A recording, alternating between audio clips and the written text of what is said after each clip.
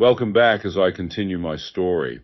I hitchhiked up through the outback of Australia to Darwin and then carried on to Bali in Indonesia, where I surfed Kuta Reef and then took my chances surfing Uluwatu, an amazing left-hand reef break. I also visited a few Hindu and Buddhist temple sites before continuing overland through Java.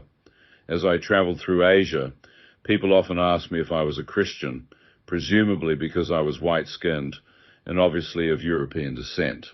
The question challenged me because I had been brought up in a Christian family, but I wasn't sure if I should call myself a Christian. I was raised as an Anglican and attended the Church of England. At the age of 14, I was confirmed in the church. I would pray as a child and go to Sunday school and youth group, and yet I'd never really had a personal experience with God. I didn't feel as though I knew him. I remember coming out of the church on the day of my confirmation quite disillusioned. Nothing seemed to have happened. Nothing was changed as a result of participating in this religious experience. My heart was full of questions, so I asked my mother if God had ever spoken personally to her. She turned to me and said, "God does speak, and he is real."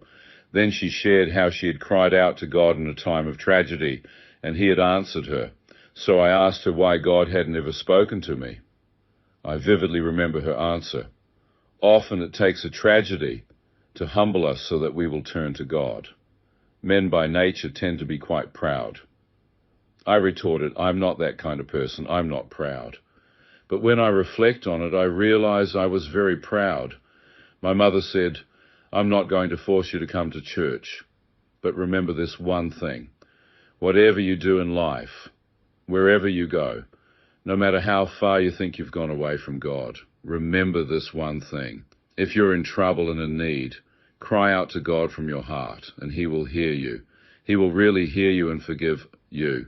Stay with me as I walk through this story, an experience that changed my life forever.